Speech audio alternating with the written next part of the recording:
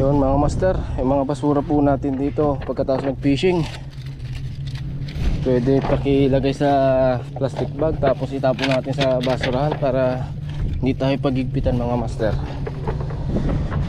Ano po mga master, daming basura.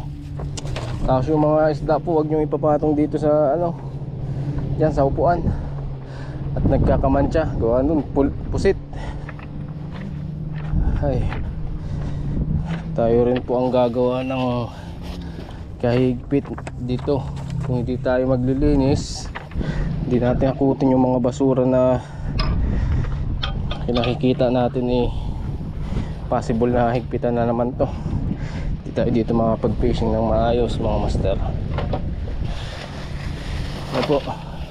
Ito po, gawa ito, huwag nyo na pong rekta dito.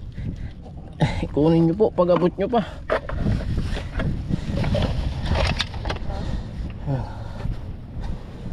Daming basura.